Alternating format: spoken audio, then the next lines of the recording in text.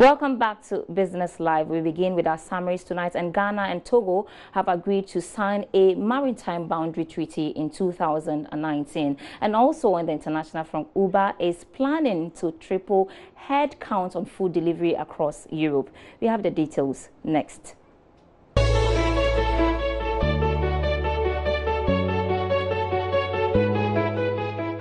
Ghana and Togo have agreed on a timetable culminating in a maritime boundary treaty between the two countries by the end of the second quarter of next year. The timetable is one of many provisional arrangements from the second joint Ghana-Togo maritime boundary delimitation meeting held in the Togolese capital Lomé last week. The two parties also agreed that pending the final resolution of the boundary delimitation, provisional arrangements be implemented to allow both countries to continue activities within the disputed area in accordance with the relevant articles of the United Nations Convention of the Law of the Sea. Briefing the Daily Graphic, the head of the Ghanaian delegation to the Togo meeting, Mr. Lawrence Apausi, said the latest meeting was an advancement of the first meeting held last June in Ghana, which ended with various disagreements. Ghana has improved in the ranking on the ease of doing business according to the World Bank Group 2019 Doing Business Report. The report, titled Training for Reform, was released on Wednesday, 24th October 2018. In the latest report, Ghana has improved its ranking to 114 out of 190 economies, up 6 places from 120 in the 2018 Doing Business Report. Ghana's ease of doing business score, formerly called Distance to the Frontier, has increased by 2.06 to 59.22. Doing Business 2019 is the 16th in a series of annual reports investigating the regulations that enhance business activity and those that constrain it. Henry Kerali, Country Director, World Bank Ghana, said it is encouraging to see that progress is being made to improve the business environment to promote investment by both domestic and foreign firms, so necessary to spur growth, provide jobs and further reduce poverty. The Director General of the Criminal Investigations Department (CID) of the Ghana Police Service, Deputy Commissioner of Police Mameya Tiwa Adedankwa, has entreated the public to conduct due diligence before putting their monies into any investment because most investment companies are not registered. In educating the public on safe investments, Mrs. Adedankwa, who is a member of the Association of Chartered Certified Accountants, cautioned the public against investing in businesses they do not understand. She emphasized the importance of due diligence and seeking expert advice from credible people before committing funds into an investment. In her opinion, people should also refrain from using other people's funds for investments that promise huge returns within a short time. According to her, due diligence is critical before investing in any business, and so advise prospective investors not to dole out monies blindly. Let's do our big story for tonight. The newly opened Ghana Commodity Exchange will be connecting about 1 million farmers onto a single trading platform. This is to help farmers and commodity traders get a good deal on agricultural produce to minimize post-harvest losses. Launching the exchange in Accra, President Akufo-Addo assured that as the first official commodity exchange in West Africa, it will be the solution to the many obstacles faced by farmers during trading. Commodity Exchange (GXC) is a regulated market that links buyers and sellers of commodities on a common platform to ensure fair trading. The GXC, which is the first to be established in West Africa, will begin trading grains, including maize, soya beans, rice, dry bean, millet, and sorghum. According to President Akufo-Addo, the phenomenon of farmers chasing traders to sell their produce will be a thing of the past with the coming on board of the GXC. These challenges have given rise to the employment of costly solutions and alternatives in dealing with them.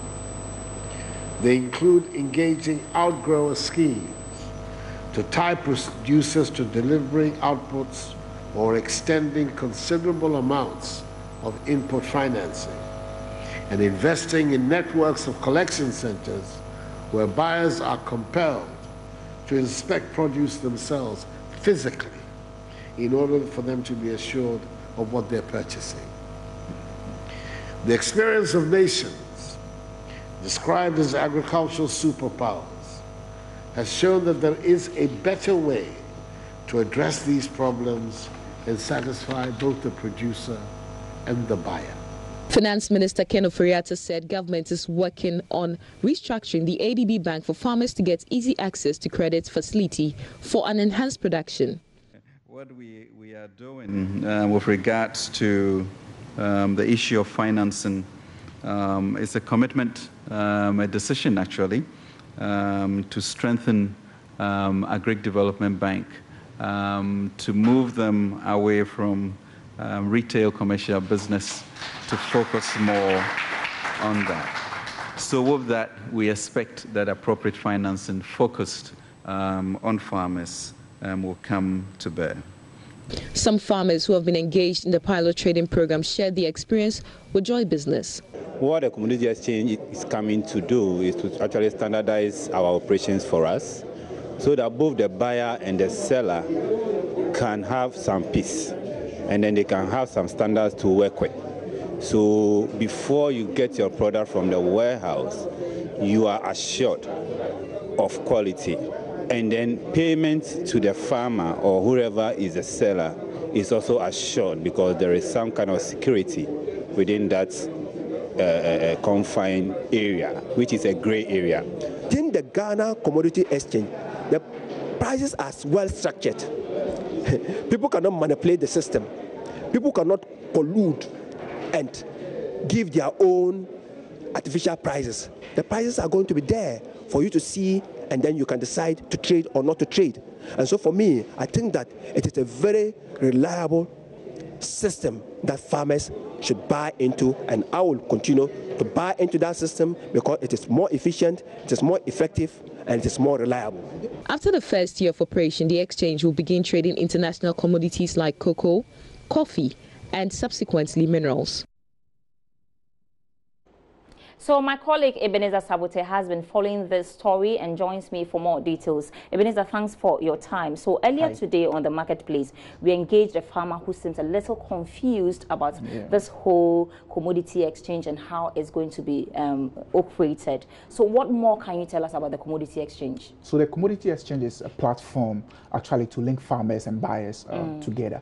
What it does is that you register as a member, and as a member, you register your produce. So, for instance, if I'm a cocoa farmer or a maize farmer, I'll register as such. Okay. And then also, if you are a trader in any of those goods, you register as well. And after every harvesting time, you register your interest to purchase a particular product. So, where do you register? So, you register with the exchange. Okay. In Accra, they have a floor, they have a trading floor at the second floor of the Exim Bank where they do all these things. Right. There's a process in which you go through. Either you're a farmer or a trader, they will take you through, and then you get your membership. So from there, you start trading. As and when you need a produce, you make a request, and then you get a produce, they give you the prices, and then you choose which one you want. So I understand that they are going to put this produce in warehouses, right? Yeah. Where are these warehouses located and how accessible are they? Okay, so these warehouses are located in some strategic locations in our communities. For instance, we have one at Ejura, we have one at Wenchi, Kumasi, Sandema. So in total, how many are they? There are 6 for now. For the beginning, yeah. But the minister did mention that as time goes on, they'll be building more. And then they will also be using, you know, the president declared some one district, one warehouse initiative. Some of these warehouses will also be used as time goes on. And then also some warehouses that belongs to the National Food and Buffer Stock Company will be used in this process. I was going to come to that. How different is this going to be from what the buffer stock seeks to do? Oh, the buffer stock only for schools and yes, for schools, communities, and in terms of emergency or you know, they try to serve to the communities. But these particular warehouses are going to be dedicated for that trading. Okay. So you are not going there to get a food because you need an aid or because you are in a challenge or there's an emergency. No, but because you place a request, and you are not going there as a person, but it is the Ghana Commodity Exchange that is going to facilitate that. Okay. So if you want cocoa or maize, for the fact that you want maize or cocoa doesn't mean they will direct you straight to the warehouse. No.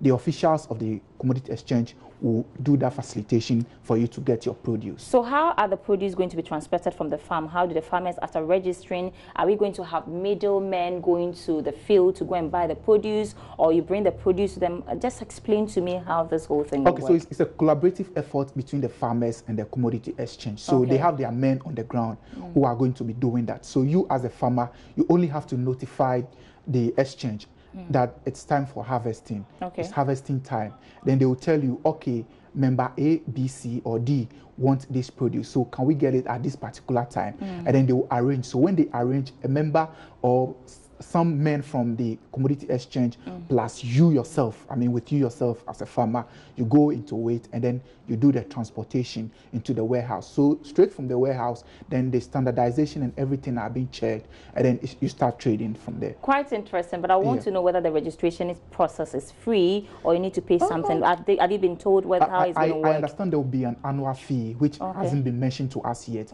But I mean, it's flexible. Everybody can join it. Even you as a news presenter can join to add it. That sounds really interesting. Maybe I should do that in a part-time job to earn more money. So, you know, the finance minister has also been speaking, and he said they were going to restructure the ADB bank to be able to facilitate access to facilities to these farmers. Exactly what do they mean by restructuring the bank? You see, many who know the history of ADB knows that it was supposed to be for the agriculture sector, yes, or for farmers and all that. But for some time now, it's been alleged, or they seems to be doing more of retail marketing, I mean, commercial stuff and housing and doing all sorts of non-agriculture purposes. So what the finance minister seek to say is that we are going to shift the focus. It's not going to be on retail marketing, it's not going to be on, I mean, commercial loan and all that, but we are going to look at agriculture, the farmers who need this produce, who need this facility.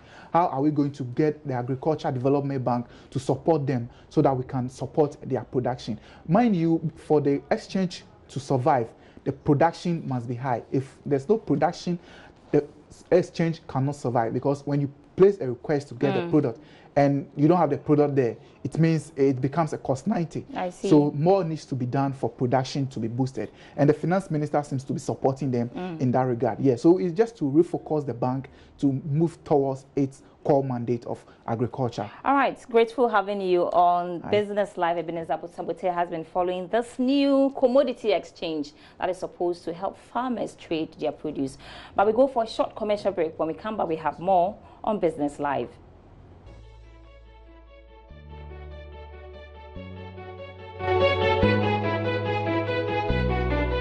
Welcome back, and you're still watching Business Live on JoyNews. To one of our headline stories tonight, former chief executive of Ethiopian airline Vanessa says if Ghana really wants to succeed with its national airlines, there's the need for government to stay away from managing it. Speaking to Joy Business in Toulouse, France, he said Ethiopian airline has been a success story in Africa because it has been operated with no government interference.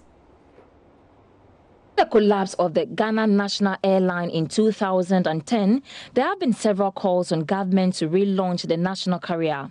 So far, the dates for the relaunch, first in 2015 and then 2016, has not materialized. Earlier this year, former Minister of Aviation Cecilia Dapa indicated that a new carrier will be in place in the next 2 years. But the news has generated mixed reactions from a section of the public, with many saying government must totally stay away from its management. But speaking to Joy Business in Toulouse, France, Chief Executive Officer of Ethiopian airline Vanessa says Ghana should follow Ethiopia's footsteps in the quest to relaunch the national carrier. It doesn't matter who owns an airline.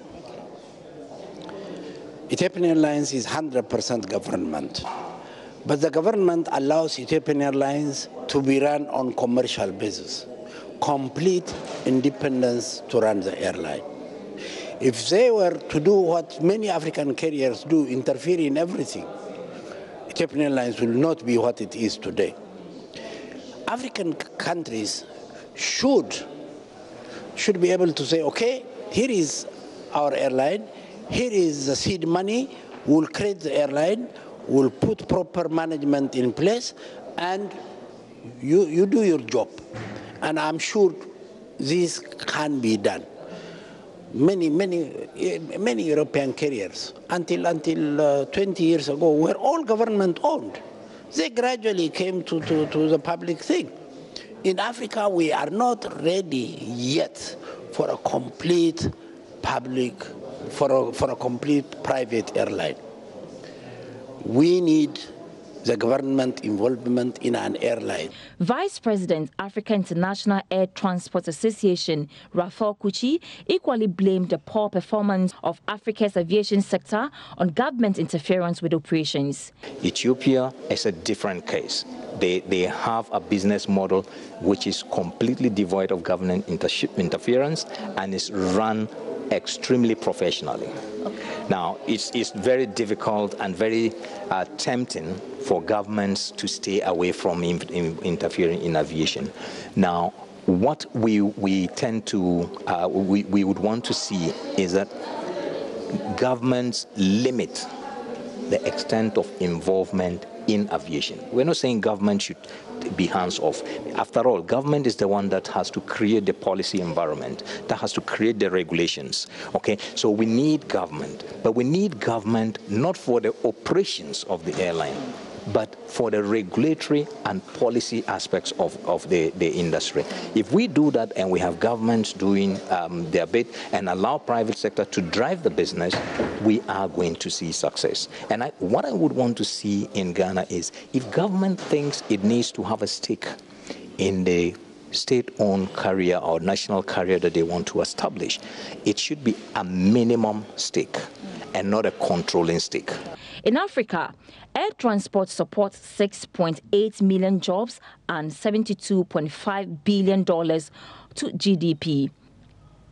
Several African countries, including Ethiopia, Zambia, Togo, and Kenya, are raking in more on the aviation sector, with huge contributions to the economies. Experts say if Ghana really wants to see a surge in its economy, there is the need to pay critical attention to the aviation sector. Report. The Excise Unit and Tax Enforcement of the Ghana Revenue Authority, GRA, has seized cartons of bottled drinks without tax stamps affixed on them.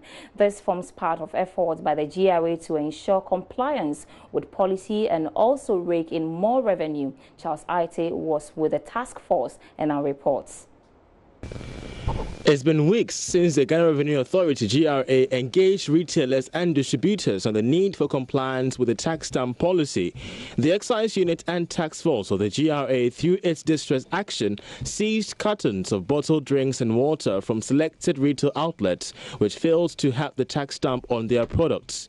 These are packages of bottled water and even drinks that do not have the tax stamps on them.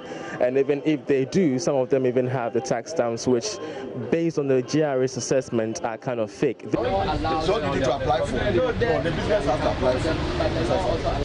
Chief Revenue Officer of the Ghana Revenue Authority, Kwabna Apau Ewura Anto, warned retailers of bottled products to either eschew from purchasing products without a tax stamp or risk having them seized on the shelves. The message that we are sending is that it is not only the manufacturers that the law requires of them not to sell products without the stamps. Anybody dealing in the affected products should not sell any products without the stamps.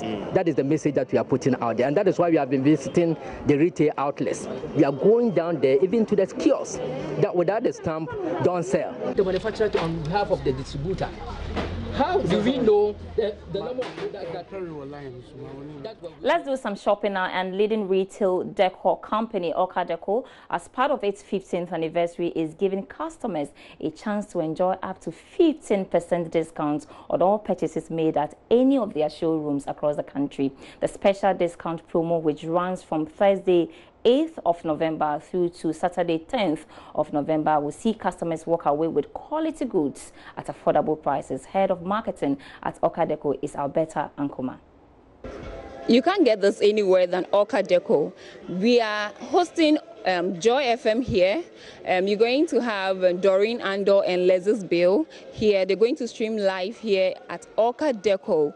And there will be a lot of giveaways. There will be a lot of surprises, a lot and a lot more. So don't miss this opportunity. Come to Orca Deco and have fun with these presenters over here. When you come, it's still 15% on everything on that day. Being it anything you've ever wanted at Orca Deco, when you come, you enjoy 15% on everything. Remember, we are crowning the birthday. So we are saying, come and party with us, with these celebrities from Joy FM, and let's have fun together. So at 8 p.m. we'll be bringing you that story about people showing so much interest in Ghana's oil at the oil conference that is currently going on in Cape Town, South Africa. But for more news, do log on to myjoyland.com/business for more business updates. Thanks so much for watching. My name is Sandra Isenamapeno.